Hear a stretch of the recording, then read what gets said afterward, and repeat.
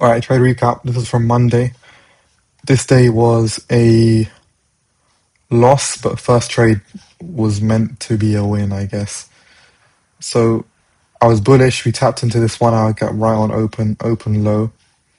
And then I didn't take this inversion because in my mind this was rinsed and it was already mitigated. But on the 30-second, the top half of the inversion wasn't.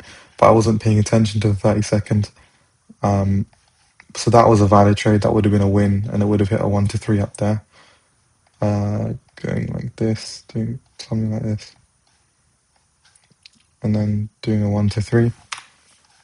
Today, oh, and then the second trade I took, retraced down into here. This was a 5 minute gap.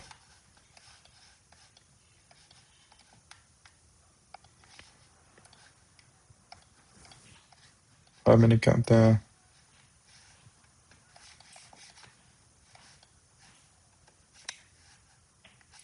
Retraced into it and got an inversion. I went long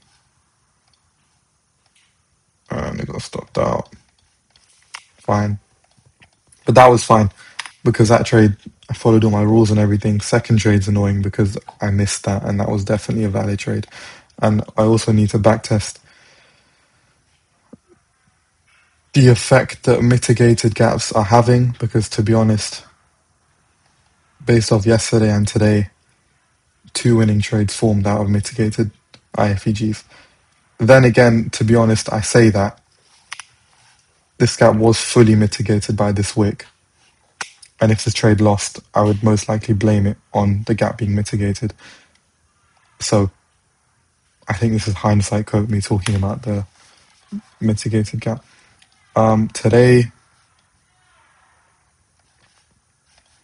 again, I was bullish just because, we were just clearly moving bullish, respecting bullish price action on the 4 hour.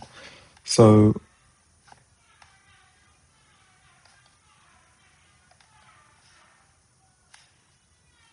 $9.30, bullish, tap into this gap.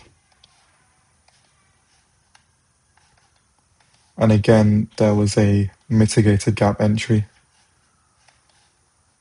to go long. I mean, this would have been like such a nice trade for like a 1 to 5, or put my stop down here, 1 to 2, whatever. But again, I didn't take this because the gap was mitigated. I also looked on ES and YM to see if there was a gap here, but there wasn't. This would have been a more discretionary entry, so I think what I'm going to start doing on backtesting is just training my discretion and seeing how that affects my win rate, because I can't just be pattern trading. I've got to also develop my discretion in the markets. The second trade I took was a break even today. We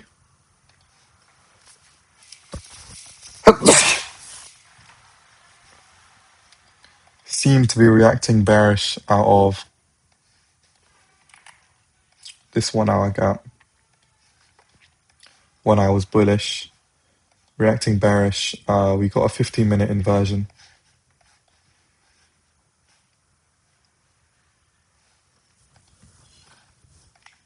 There, 15-minute inversion of that gap out of this 1 hour gap. So then I had to consider that we might be bearish, but I stuck with my bullish bias because we still had this 1 hour gap to reach into and some more 15-minute gaps to reach down into.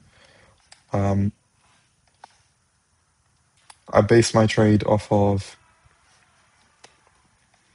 a 5-minute inversion, especially because we were seeing heavy bearish price action. I wanted to see a 5-minute inversion. I don't know where I took that. I don't know where it's gone. Yeah, so the 5-minute inversion was here. I went long, just literally there. Stop was here. Target was there. Stop must have been down here. Targeting a 1 to 1, didn't hit. And I moved my stop to break even. Well, actually, initially, the entry point was there. but I moved my stop to here, and then I moved it there because I thought that if price doesn't react out of these 1 minute gaps bullish, then I don't want to be in the position anymore. So I gave price that allowance with these gaps and my stop being here.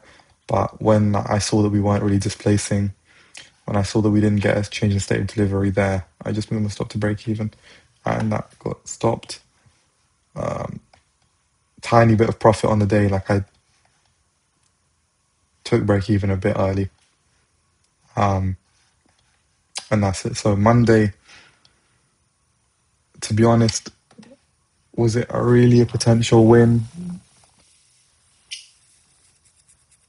I think so. Today,